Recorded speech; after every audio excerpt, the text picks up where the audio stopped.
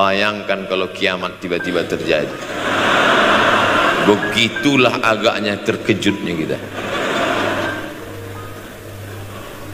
Kiamat terjadi tapi belum sempat berbakti kepada orang tua.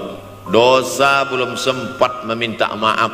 Silap dan salah berapa kali kita kencing di kainnya yang bersih. Berapa kali dia tidak jadi tahajud gara-gara kita menangis dari Isya sampai subuh. Pakai pengawet nangisnya. Tapi kita tak pernah sadar itu. Kita menganggap kita di dunia ini dibesarkan angin. Kita menganggap kita ini bangsawan, bangsa yang hidup di awan. Berapa kali dia tidak jadi sholat duha gara-gara kita kencing. Berapa kali nasi yang sudah mau disuap masuk ke mulutnya tak jadi. Bahkan dia tidak makan sama sekali. Dan berapa kali makanan dia belikan hanya untuk susu, hanya untuk menyenangkan kita. Pernah kita balas. Dan dia tidak pernah minta balas itu. Oleh sebab itu siapa yang mengingatkan? Abdul Somad diberikan judul berat ini. Judul yang paling berat ceramah tentang orang tua, tentang ibu, tentang ayah. Jarang saya mau menerima judul-judul pengajian. Ini pun dikasih tahu setelah sampai di sini.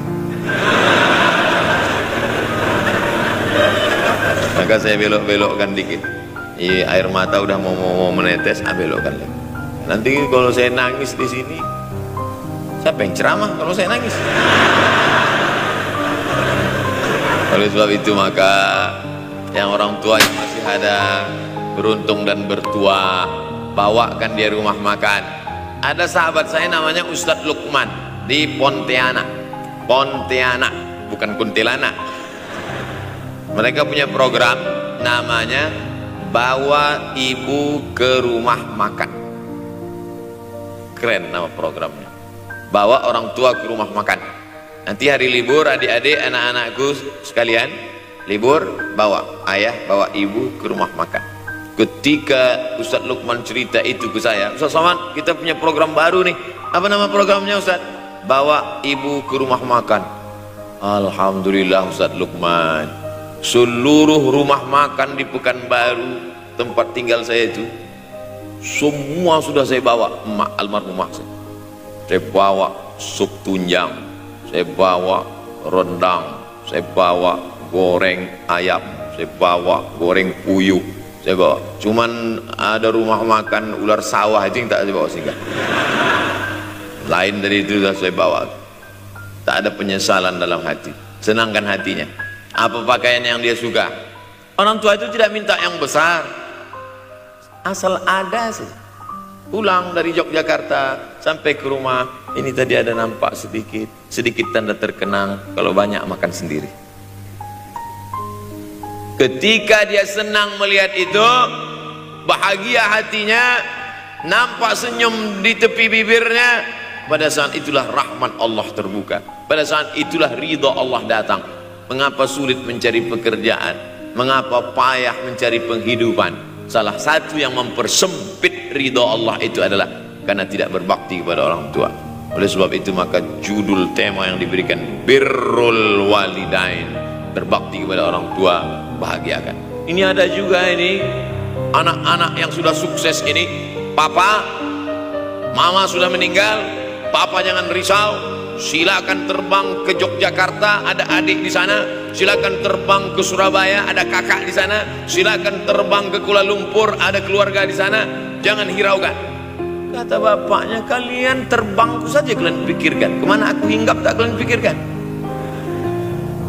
Ada sebagian orang ketika ibunya meninggal dunia, marah dia, mengamuk dia anggap kebahagiaan itu sudah hilang. Padahal membahagiakan orang tua dua-dua adalah tanggung jawab kita. Kalau dua-duanya sudah tidak ada Pak Ustadz, masih ada keluarga. Ada keluarga. Al-khalah bimasabatil saudara ibu, kakak ibu, adik ibu, sama seperti ibu. Sambung lagi silaturahim, buat dia senang, buat dia bahagia. Man ahabba yubsatalahu fi rizqihi, siapa yang mau lapang rezekinya, wa yunsa'alahu fi atharihi, dipanjangkan umurnya, falyasil rahimahu, hendaklah dia menyambung tali silaturahim. Saya ceramah di satu kota. Sampai di kota itu saya melihat rumah besar, megah, mewah, seperti istana. Cuman saya segan mau nanya, gak mungkin saya tanya, Pak, ini hasil dari apa? Saya tengok, saya ngaku. Kawan-kawan saya yang ikut ke situ seperti ngelihat kucing semuanya. Besar, mantap. Setelah duduk, makan, habis makan, minum, habis itu Sohibul Bait yang punya rumah pun cerita, Ustadz Abdul Somad, iya Pak, dulu ini hanya bambu-bambu yang dikasih daun, yang dikasih terpal. Tempat apa Pak? Tempat ibu saya buat pengajian.